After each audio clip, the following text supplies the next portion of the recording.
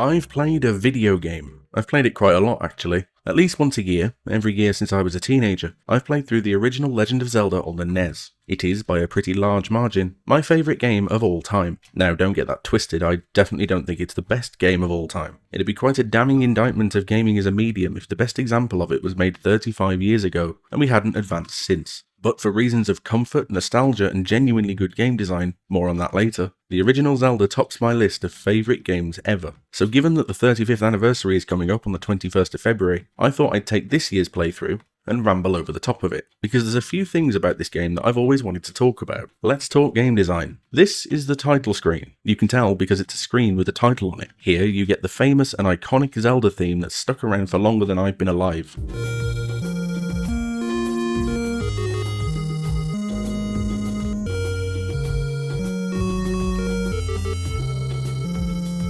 Before the screen fades to black and starts to scroll some important information. Ganon has stolen the Triforce. Oh no, who could have foreseen this unforeseeable happenstance? Well, as it turns out, nobody, because it hadn't happened yet. Then we get a quick summary of items you're going to need to know about, and a pretty visible and obvious prompt to read the manual. This game came out in 1986, and for the younger among you, I'll just explain that games used to come with books. Sometimes thin little pamphlets, sometimes literal books, and those books or manuals explain things like controls, backstory, lore, tips, and other things you might need to know. Zelda's manual took the place of what these days would instead be a tutorial, walking you step by step through starting the game, getting to the first dungeon, and everything in between. And the reason that I mention this is that some people will try and tell you that The Legend of Zelda was an obtuse and confusing game that deliberately hid things from you to make you call a premium rate tips line or buy a strategy guide. Neither of those things are true.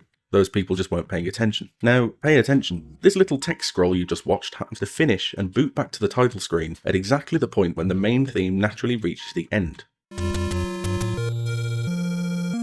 Is that important? No, not really, but it's one of many things that highlights how much attention to detail and to design went into some of Nintendo's early and most legendary projects. Next we're putting in our name, which is nothing revolutionary, except of course it is, because The Legend of Zelda is the first ever home console game to let you save your progress. It had a battery inside the cartridge which would later become standard, until the introduction of memory cards, and later on, onboard storage. So for now, yes, even putting in your name is a revolution. I'm sorry, but Nintendo really did invent everything. And then finally the game starts. This is what you're presented with. A kind of beige floor with some green rocks, 3 directions to go in, and a cave. You can, if you want, wander off without any weaponry whatsoever and die, but I wouldn't recommend it. Instead, we're going into this cave, which has been given a spot on screen as the only important thing you should be paying attention to, so that you don't miss it. Inside is an old man who will offer you a stick. It's a brown wooden sword, about as useful as a twig, but it's better than wandering off with nothing at all and dying. Marginally.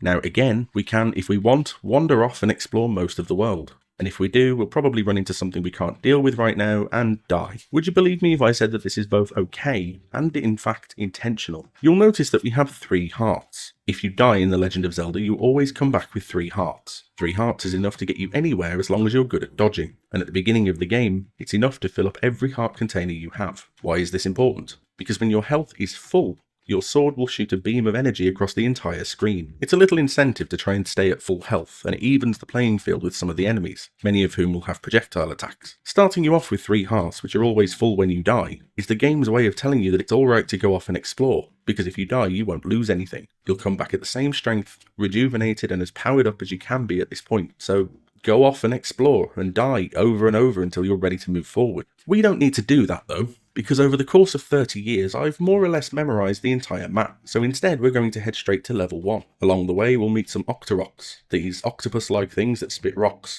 Oh boy! I'm so hungry I could eat an Octorok!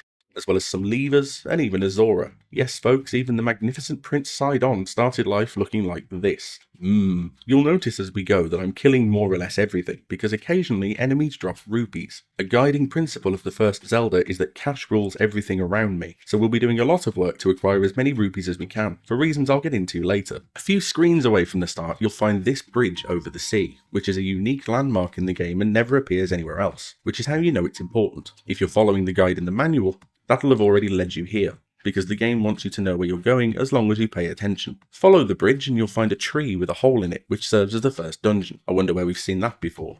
Or will see that before?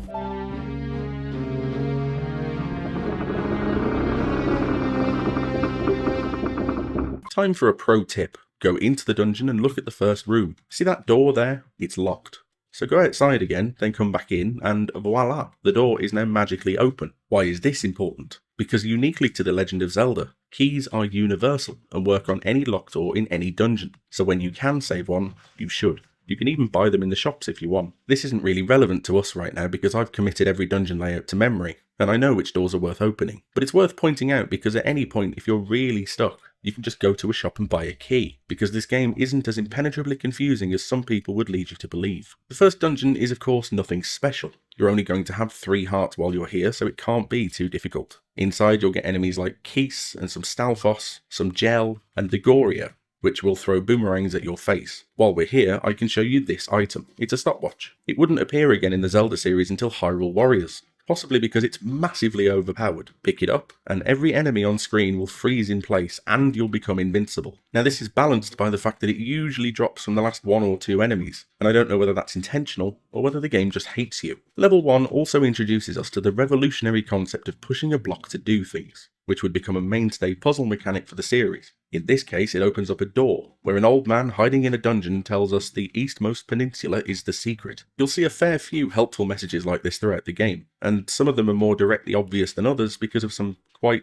questionable translation choices, but they will all give you some clue as to what you ought to be doing. This one requires you to know what a peninsula is, i.e. a piece of land almost entirely surrounded by water, and then tells you to go to the one furthest to the east. What does this mean? It means there's something secret over to the east, obviously. It's not as complicated as it sounds, is it?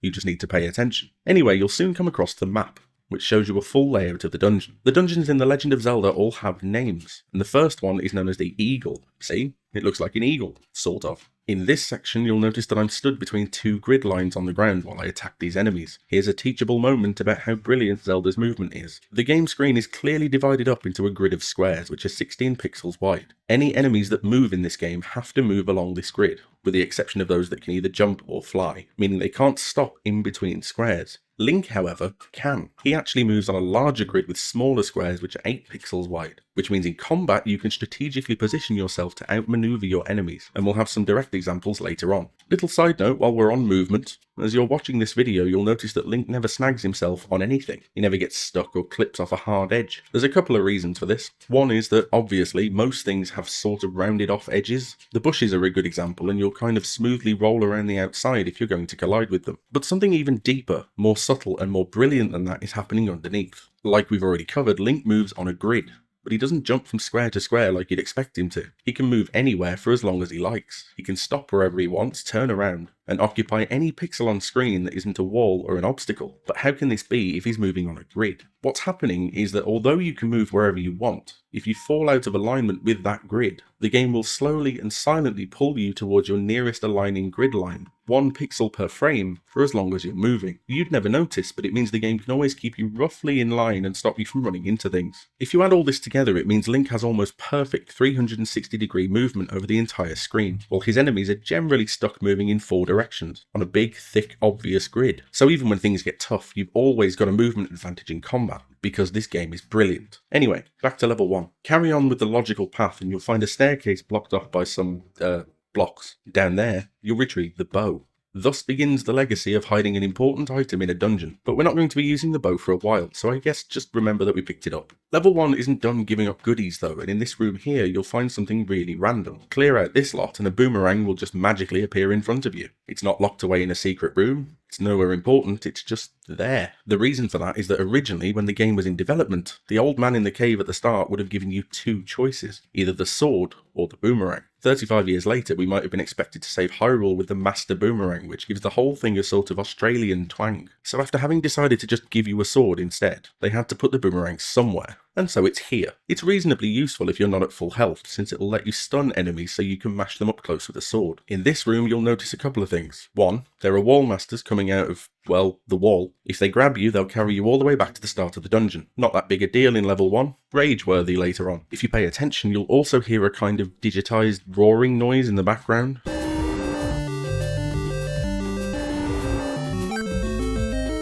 This tells you that you're in a room adjacent to the boss, and is useful in later dungeons when you're trying to figure out where you're meant to be going. The boss of level 1 is Aqua Mentus, a dragon that only ever appears again in Oracle of Seasons, and as far as I know, has never been in 3D. which is a bit sad. He spits fireballs, and if you're at full health, you can just stand on the far left of the screen and shoot sword beams at his face. Lovely. Grab your heart container, get to the next room, pick up the piece of the Triforce of Wisdom, and you're finally done with the first level of The Legend of Zelda. There, that wasn't so hard, was it? Now to do that 8 more times. Easy. From here, we could go straight to level 2, a dungeon that, by the way, the manual still tells you how to get to, because this game isn't confusing if you just pay attention. But we're not going to do that, because first we need some stuff. Regular series fans will know that Link's greatest strength is acquiring things. Swords, items, upgrades, bottles, you know, things. And that goes all the way back to the first game. So we're going to go and get us some things. First, we're going to take a quick trip through the desert, because Zelda has always had a variety of landscapes for you to wander around in. This screen here introduces Tektites, little hoppy bug things that I used to think had eyes here and a mouth here, rather than the one massive eye they clearly have, because I was a dumb child. See this rock? Big old boulder taking up the entirety of a screen on its own. Bit suspicious, isn't it? And this is what I mean when I say you need to pay attention. You see a big rock stood on its own in the middle of the screen, you've got to think something strange. Rocks like this don't exist just anywhere, and there's only one other example of it in the entire game, which we'll get to later. So if it looks suspicious, there must be something up with it. Now, using your logical brain, given the tools at your disposal, what would you do? What is logically a good way to explore giant rocks? That's right, explosives. We happened to pick up some bombs in the first dungeon, so we'll just drop one down here, and oh look, it opened up. We've discovered a secret, and we used logic and intuition to figure it out.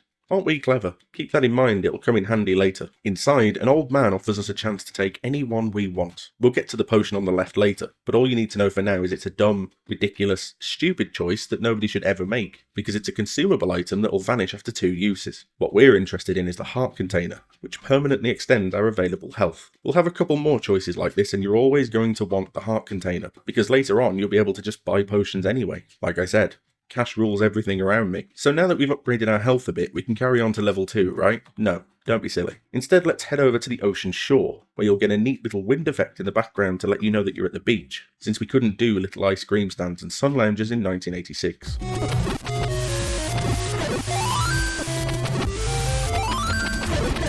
Our destination is to the north, up into the mountains, up a single staircase in a lone cave at the top. There, an old man asks us to take his letter and show it to the old woman. One of the biggest mysteries in the Zelda series is what's on this letter. Could it be the stubborn old man's declaration of love and affection? Could it be a receipt for an eBay purchase? Is he trying to slide into her DMs in the 80s before a DM was even a thing? Who knows? But sure, we'll take it, kicking off a series worth of fetch quests and deliveries to obtain useful things. While we're here though, let's head east to this dead end with a tree in it. We're not interested in the tree itself. At this point, I know all the hints you can acquire off by heart. I can remember those even if I can't remember my pin number sometimes, because brains are strange. Instead, we're going to press up against this wall and, oh my gosh, a secret cave. And inside, we'll find a moblin. Moblins are usually enemies, but this one seems to be more of a conscientious objector and offers us 100 rupees, presumably to keep our mouth shut about where he's hiding. I know what you're thinking. If the game's not confusing and obtuse, how the hell are you meant to know where that is? Easy. First of all, it's an optional secret. You don't need it to beat the game. Secrets can be as hidden as they like, that's why they're called secrets. Secondly though, there's another old man elsewhere who tells us that there's a secret in the tree at the dead end. Now okay, it's not in the tree, but if it was in the tree it wouldn't be a secret, would it? You're being told there is something secret about this place, and if you explore and experiment a bit, it's reasonable that eventually you'll find this. And like I said, technically you don't need to. That's why it's a secret. Anyway, we're rich now, so it's time to go to level 2, right? No, stop being impatient. Instead, let's follow the coastline for a bit and die to an Octorok.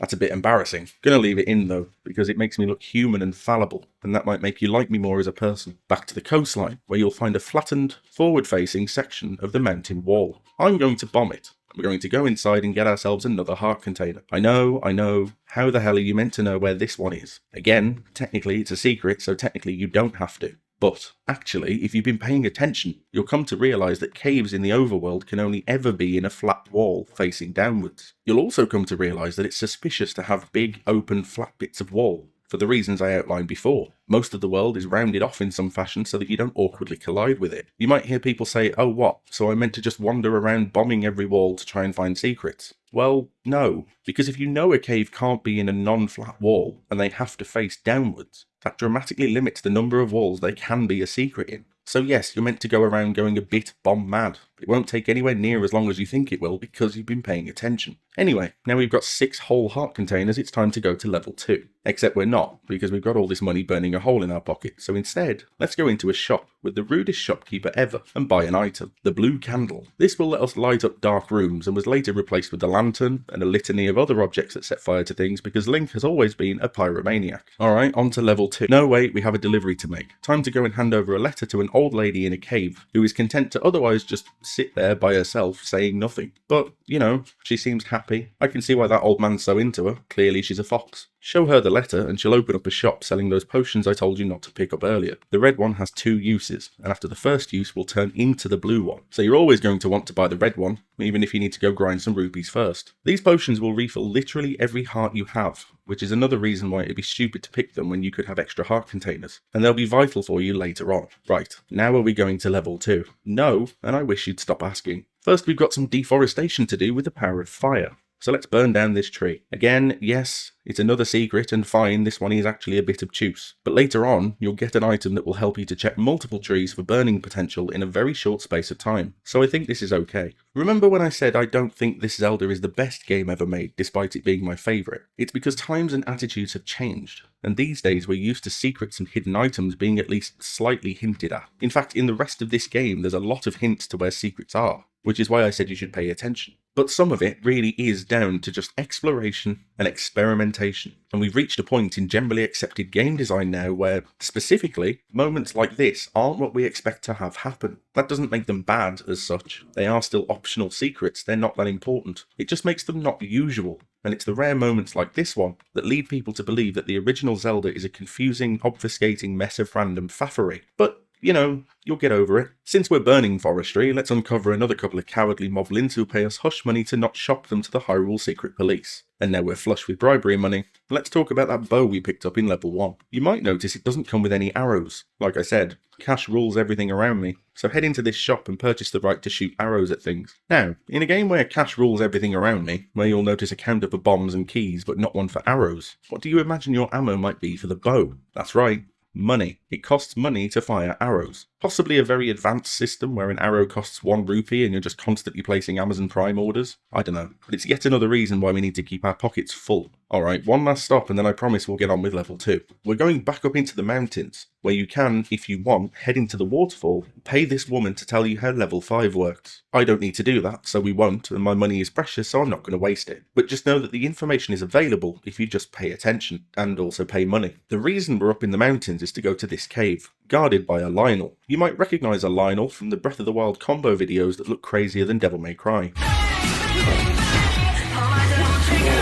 This is where they started. Inside, an old man tells us that if we master using it, we can have this. What he means is if we get good at using the sword, we can have a better sword. We can have the sword that the game describes as the white sword, which is a white sword with a blue handle. Anyway, what this actually means is we need a certain number of heart containers to be able to possess this white sword with a blue handle, which has no other name than the white sword with a blue handle, and I'm sure this idea will never come up again. You need 5 hearts to obtain the white sword, so we could have done it 2 hearts ago, but we didn't because we had moblins to threaten for cash. There are 2 sword upgrades in The Legend of Zelda, and they both do double the damage of the previous model, so we can throw our stick away now because we have something made of actual metal to stab things with, which is nice. And because we're finally tooled up with the proper weaponry, we can now go to level 2. Welcome to part 2 of the 35th anniversary Zelda celebration Let's Play analysis thing. Last time we did level 1, and then a lot of faffing about. In this episode we're doing level 2, and considerably less faffing about. Level 2 is tucked away in the forest, pretty close by to level 1, and the manual, or included strategy guide because the game came with a little tips and tricks booklet, because they tried not to be too confusing or obtuse, will lead you straight there. Level 2 is blue, very blue. It's here that you'll learn a basic principle of the Zelda series. Go everywhere. The basic formula for a Zelda dungeon hasn't really changed since the first game. What you do is go into every room you've got available, and do everything you possibly can. In doing so, you'll probably find something that lets you get a bit further. A switch, a key, a chest, whatever. It's always the same, and if you follow this approach, you'll never get stuck, because Zelda's dungeon design is usually perfect. Here, we're introduced to ropes. Ropes are snakes that will wait until you're on the same grid line and then dart in your direction. They're the best example of what I mentioned previously about how Link's positioning is superior to most of your enemies, since you have a full breadth of movement compared to their rigid grid-based options, so they're not too challenging. Because we spent all that time getting the master white sword, there's not a lot in this dungeon that can really challenge us, but there are some things we'll need to do.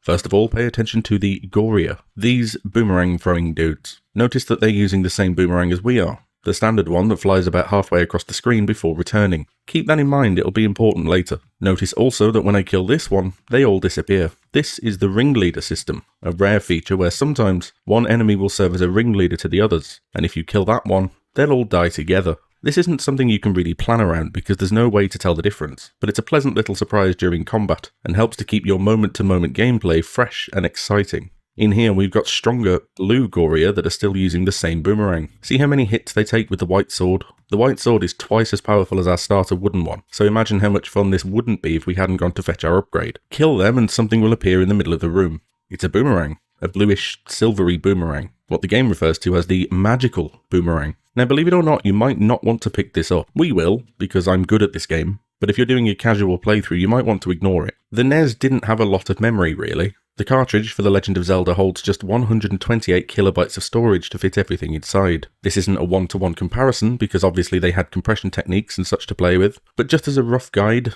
this sprite sheet containing all of Link's possible states is a 20 kilobyte image file, about 16% of all the storage for everything in the entire game. The reason I bring that up is that as soon as you collect the magical boomerang, it replaces all instances of the normal one in the game. All of them, including the boomerangs that the Gorias use. What this means is that if you collect this, their attack range upgrades to the full length of the screen, because technology. Anyway, back to level 2, and the introduction of another staple concept in the Zelda series, the mini-boss. This is Lan Mola, who you'd most likely recognise from A Link to the Past, and who served as the inspiration for Twin Mold, the boss of the Ikana Canyon Temple, in Majora's Mask. Here it's just a pair of fiery looking worm things that go down pretty easily because we spent all that time faffing about to get a better sword. In the room before the boss, you'll notice that defeating all the enemies and unlocking the door gives you bombs, just to make sure that you've got some. Pay attention because the boss of level 2 is Dodongo, and as we all know, I can't wait to bomb some Dodongos! You're also told elsewhere by a helpful old man that Dodongo dislikes smoke, so it's all pretty obvious what you have to do here as long as you're paying attention. Line it up and stick a bomb in its mouth.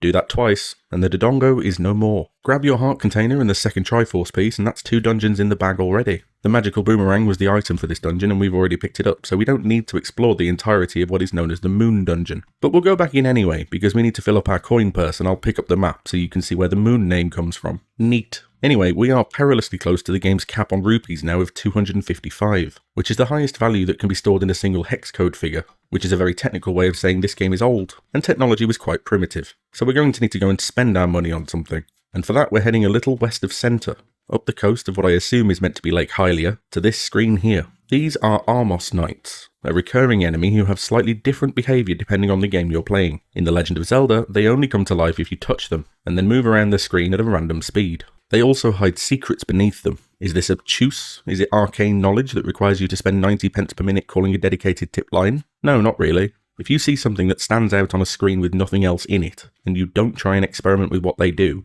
then that's sort of on you and your lack of imagination, isn't it? Under one of these Armos Knights is a hidden shop, where the shopkeeper sagely advises that yes, everything is quite expensive. There's a key, some bait, which we'll get to later, and this curiously priced ring-looking thing, nearly capping out our wallet at an eye-watering 250 rupees. Let's buy that. Now when we exit the shop and return to the Overworld, oh my gosh, Link changed his outfit. What he actually did was upgrade his ability to take damage. You now take half the damage you would have before. So something that would have caused a whole heart's worth of damage now only causes half. This is something that's worth picking up early on so that you get the full benefit of its effects while you're clearing out dungeons. And it's another thing that's relatively easy to find if you're paying attention, and gives you yet another pretty big advantage over the enemies you'll be facing. Plus it leaves us with a generous 5 rupees for the Uber ride home. Level 3 is in the slightly grimier Moblin Forest, and it's green. This backdrop really shows off Link's new grey attire, and is much easier on the eyes than if you're coming in wearing the old tunic. So I recommend the upgrade if only to save you the eye strain. Level 3 introduces us to the Zol type enemy, which if we didn't have the white sword and couldn't kill them in one hit,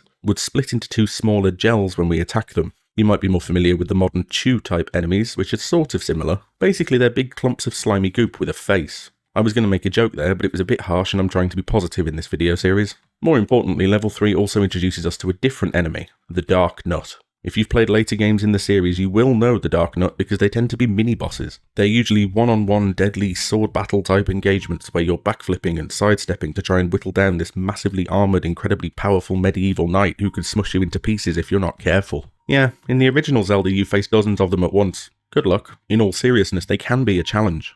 Their gimmick is that they cannot be hurt by arrows or other projectiles. They also cannot be hurt from the front, and they like to change the direction they're facing without warning. So your main option is to get into melee range and stab them in the ribs. Speedrunners use bombs, which is also fine, but as we've discussed before, you've got enough movement options to mostly deal with them the old-fashioned way, as long as you know what you're doing, which you do, because you've been paying attention. These are the red variety, which are weaker and slower than their blue big brothers, which we'll get to later. This room here is the game's first opportunity to teach you that sometimes you need to complete a block pushing puzzle to advance, and that the setup you see here is the kind of arrangement that might have a block that needs pushing, so pay attention. Here's a kind old man asking us if we'd visited the other kind old man to get the sword we're currently holding, further proving that yes, the game will quite happily tell you where to go and what to do. Level 3 is the Manji, a Buddhist symbol that in certain contexts can be quite unfortunate. Moving swiftly on, the boss of level 3 is Manhandler, and although we're not done in the dungeon yet, since we're here we might as well kill it. You'll most likely recognise Manhandler from Hyrule Warriors, where it was put into half of the adventure maps for some reason and resembled some kind of piranha plant thing. It's best dispatched with a bomb,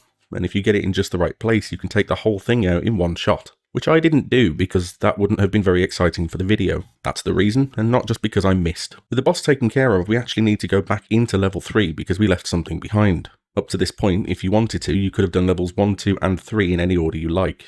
Level 4 requires a certain item to access, and it's found in here. This is the raft, a wooden raft that makes a sporadic return throughout the rest of the series. In The Legend of Zelda, you need the raft to cast off from these clearly marked docks, and access otherwise out of reach areas across the water. This dock in particular takes us to level 4, which we might as well dive right into since our next bit of overworld faffery requires the item from in here anyway. Level 4 is a sort of sickly mustard colour, and introduces us to Vaya, a kind of conglomerated bat creature who splits into 2 red geese when you hit it. Stay close to them so you can smack the geese right as they spawn, or this can get out of hand really quickly. We're also introduced to the reason we bought that candle way back in the last episode, as sometimes when you enter a room now, it'll be dark. You don't necessarily have to light them up, but one of the level design choices in the game is where and how they implement blocks, walls and hazards in each room to suggest that maybe you should. There's also bubbles. No, not that one. Bubbles are recurring enemies in the series, but they started life as these flashing orbs that move around in a grid pattern.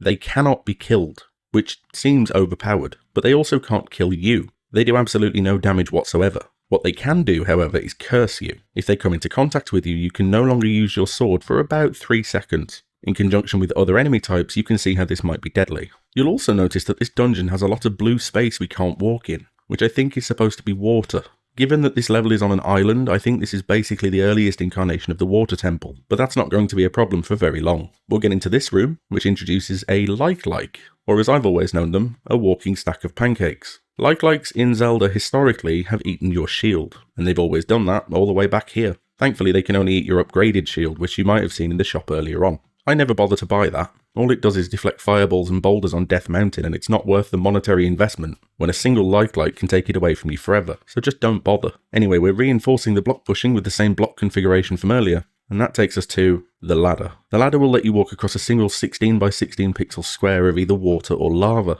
It's necessary for progression in the next dungeon, and it unlocks a couple of extra goodies in the overworld. Level 4 is known as the Snake Dungeon, and once you pick up the map you can probably see why. Interestingly enough, this map layout will demonstrate something else to you if you've been paying attention. It's a snake, right? The dungeon is called Snake. The map layout is roughly snake-shaped. Snakes, generally speaking, have eyes, and if you look on the map you can see the eye of the snake is not, strictly speaking, a room. But isn't that weird? Doesn't that make you suspicious? Hasn't everything to this point made you think that maybe there might be something to that? Haven't you been paying attention? Bomb this wall. Inside you'll find a collection of rupees for free, but more importantly, more walls that can be bombed to take a quick shortcut to the dungeon boss. This is Gleeok, a multi-headed dragon who only returned in Phantom Hourglass. His big thing is after you've caused enough damage, his heads will start to fly off and bounce around shooting fireballs at you.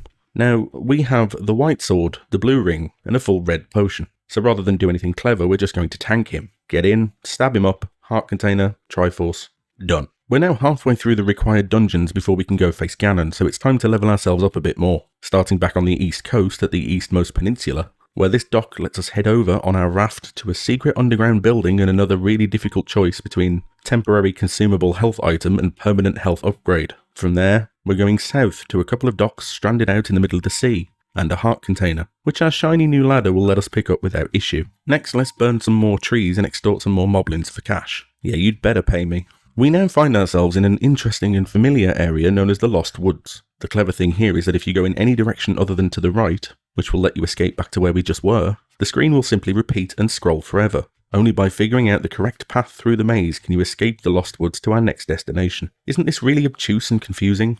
No. An old lady in a tree will tell you exactly what order to walk in if only you'd pay attention. So do that and you'll end up in another distinct portion of the overworld, the graveyard. Why are we at a graveyard? Because somebody died and they took a really awesome sword with them. Is this a reference to a past incarnation of our hero? Maybe. Am I going to start discussing the Zelda timeline when this video series is already running for an obscene amount of time? No. This old man lives inside a grave, which is a bit grim. This time, if you've got 12 heart containers, which we do, you can get the magical sword, the strongest sword in the game. What's interesting to note about this is there's no way to obtain this if you don't collect at least one optional secret heart container.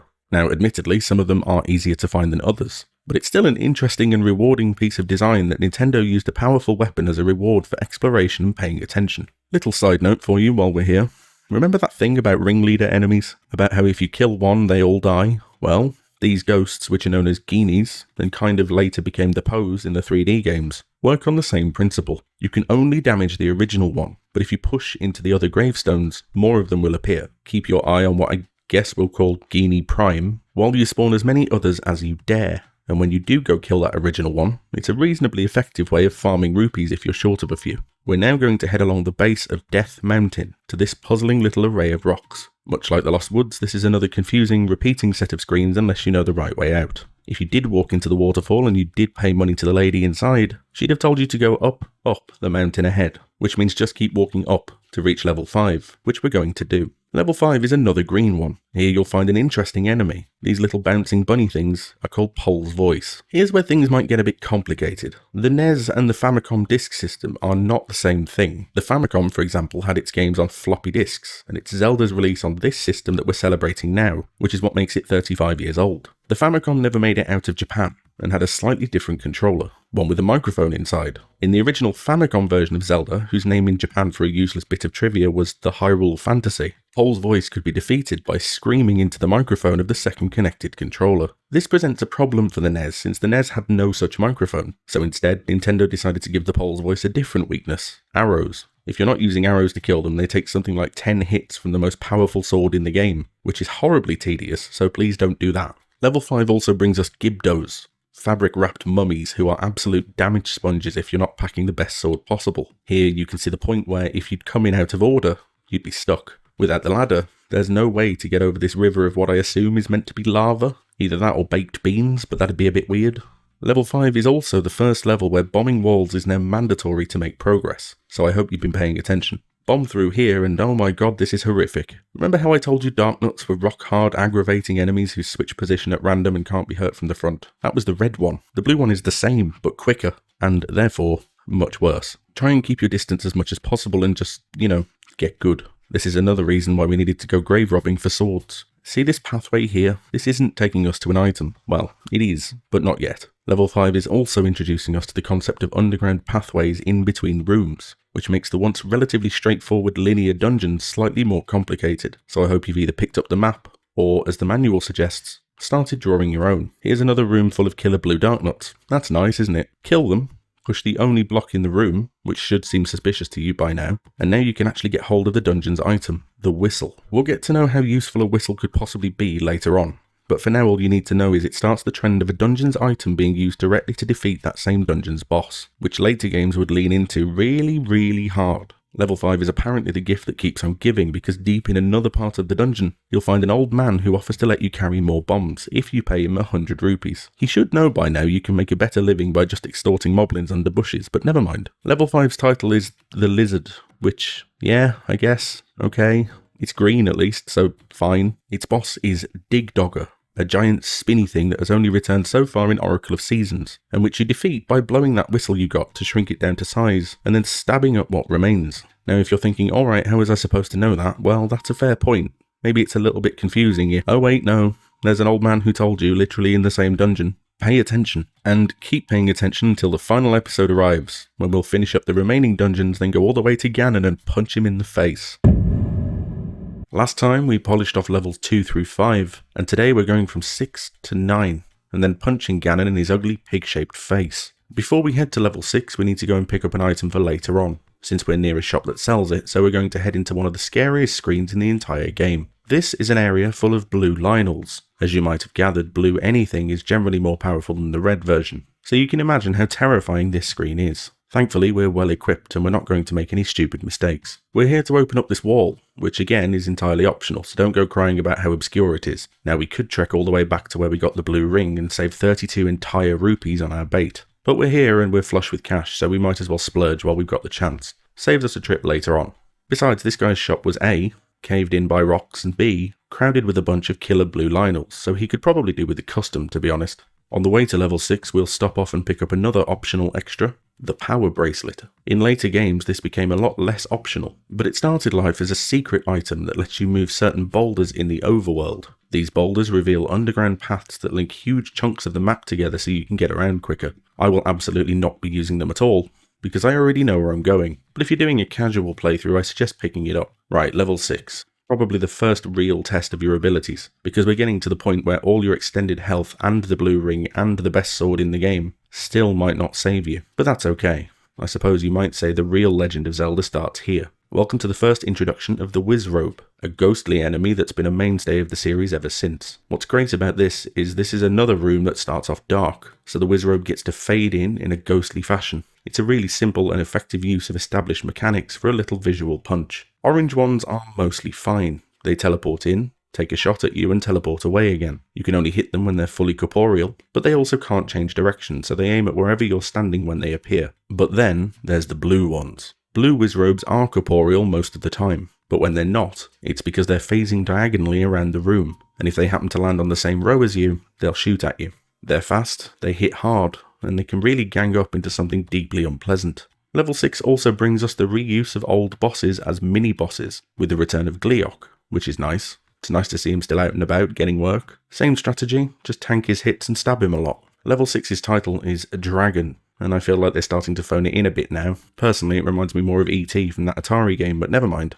Your item for the Dragon Labyrinth is the Magic Rod, which fires similar projectiles to a Wizrobe, except it doesn't hit as hard as they do, and it's largely useless unless you've been hit by a bubble and you've got no arrows. Something to note in level 6 is you'll find this old man who tells you that there are secrets where fairies don't live. Keep that in mind, we'll come back to it in a bit. The boss for level 6 is Gohma, who you might recognise famously as the first boss in Ocarina of Time, and a mainstay of Hyrule Warriors. Gohma has one big eyeball in the middle of its body, although I used to think these were its eyes and this was some kind of mouth, because we couldn't see very clearly on CRT TVs and I was an idiot. Elsewhere in level 6, an old man will have told you, if you didn't already know, which I do, to aim at the eyes of Gohma. I've paused the video for quite a while because the boss fight goes like this. That was hard, wasn't it? But to be fair, the dungeon itself is quite challenging, so having an easy boss at the end only seems fair. Now remember the thing about fairies? In Zelda's Overworld, a fairy will restore all of your hearts for free. They live in little fountains and they look like this. There's a few of them dotted around and they've stayed with the series on and off ever since. There's one place that's completely unique, which looks like it should have a fairy in, but doesn't. This is the entrance to level 7, and it's where fairies don't live. Are you paying attention? Let's say you're going along with experimentation and whatnot. You might try and burn the bushes, which won't do anything. You might kill the moblin who patrols here, which also won't do anything. You might try every item in your arsenal, because why wouldn't you? And when you do, if you're trying every item in your arsenal, you might blow the whistle. And when you do...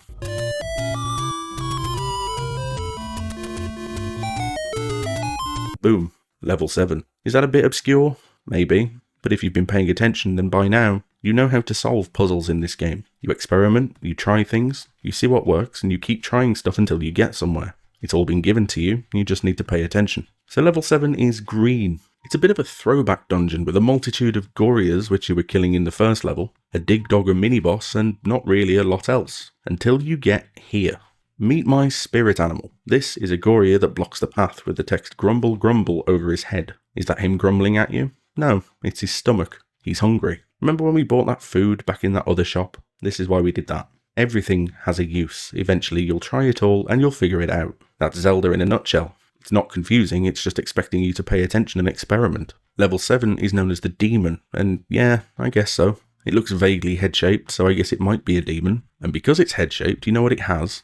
An eyeball. And what do we already know about eyeballs in maps that seem like empty rooms? They're not empty rooms. We were paying attention. And down this staircase you'll find the red candle, which is like the blue candle, except red. Personally, I'd have thought a blue flame is slightly more exotic, rare and interesting than a standard red one, but okay. The red candle lets you use the torch as many times as you like on a single screen, which means if you wanted to, you could now rampage through the entire Overworld forest, trying to set fire to every tree you come across. If you did, you'd uncover a lot of the secret rupees and hidden moblins that we've already got, because the game likes to let you experiment and it gives you the tools to do so. Remember how I said level 7 was a throwback dungeon? Well, that continues all the way to the boss, who is Aquamentus again. He's about as hard as he was first time round, except now you've got a ridiculous sword and take half as much damage, so you can just walk up and stab him in the face. Right, one more Triforce piece and then it's off to meet Ganon. Time for level 8. Level 8's location is hidden. It's hidden in a very secretive and cleverly hidden place. It's on this screen and I bet you can't spot it. Oh, that was a bit obvious, wasn't it? Yes, level 8 is under a bush. A bush that's placed so out of place that if you think that's too confusing and designed to get you to buy a strategy guide, I have to wonder whether you dress yourself in the morning. Level 8 is also a rather menacing grey colour, which matches our snazzy outfit and all feels a bit serious really. Right from the start we've got Manhandler, who was previously a dungeon boss, as a mini-boss now, so just drop a bomb and get on with your life. First job is to get one of the dungeon's 2 items, which is in this room with a litany of horrible things in it. Down the stairs and we're picking up a Bible? Bit of a fun fact for you, the main religion of Japan is Buddhism, so the Japanese have a tendency to use Christian mythology in the same way as we might use the ancient Greeks or the Norse, which I think is pretty cool. It's a good use of iconography. You can see the same thing on Link's shield, where there's a pretty obvious cross. Random fact about the shield, due to the fact that memory usage was at a premium, Link's sprite going to the left is just his sprite going to the right but flipped. What this means is that the hand he's holding his shield in changes depending on the direction you're going. I can't remember where I heard this and it might be one of those dumb internet rumours like Mew being under a truck or Marilyn Manson having his ribs removed, but supposedly the explanation is that Link always walks with his shield facing towards Death Mountain, so that he's always protecting himself from Ganon. Yeah, now that I've said that out loud it's clearly not true, but it is a nice thought. Anyway, the Bible, or magic book, or whatever you want to call it, powers up our magic wand to create a blast of fire when it impacts with something. It's still largely useless and I never use it at all, but it's a nice thing to have. Right, back to the dungeon. Oh look, another Manhandler. Please observe the uselessness of the magic rod. Bomb. Speaking of bomb, you are now in a closed room with no other exits. If you explore every room in the dungeon that you currently have access to, you're always in a closed room with no other exits. We must have to bomb our way out. We know this because we've been paying attention. Moving on to more rooms full of blue dark nuts, which are just the best, and into the boss's lair, since we're here anyway. It's another Gleeok. This one has way too many heads, and because I fought through 50 billion blue dark nuts, I have to use my potion. Oh no, how awful. Casual player, 0 out of 10 for skill. Anyway, all powered up, take down the stupid dragon and move on with our lives. But we're not done, so go back into level 8 because there's something we need to collect that'll make the final level that much easier. It's not the map, but since we've killed yet another Manhandler, you get to see that level 8 is the Lion. Bit of a stretch, but alright. I'll also let them off because the name of this dungeon isn't really related to what it looks like, but to the item we've come back for. Kill another Goma, this one with slightly more to it than a single arrow to the face, and head down this passage to retrieve our prize, the Lion Key. This is basically a skeleton key that replaces all other keys that you will ever pick up ever, and makes it so that you can just walk straight through a locked door without having to think about your rapidly dwindling key count. Convenient. Now we need to get up to the top of the map towards Death Mountain. You might be asking why I don't use the power bracelet to open up one of those underground tunnels and pick the closest one to the north. That's because I've got the whistle. You know that thing that you thought was just for puzzle solving and killing a dig dogger? It actually does serve a purpose. If you blow it on the overworld, it will send you to the entrance of a dungeon you've already beaten. There's a counter in the background that counts up from 1 and resets when it hits the number of dungeons you've cleared so far, and the number of times you blow it will determine which dungeon you go to. So what we're going to do is walk to the entrance of level 6, and from there, make our way to an area known as Spectacle Rock. Looks a bit suspicious this, doesn't it? Better get the bombs out. This is it. Level 9, the final dungeon. Ganon awaits. You can tell it's the final dungeon because it's the only one with its own specific music, which sounds ominous and full of doom.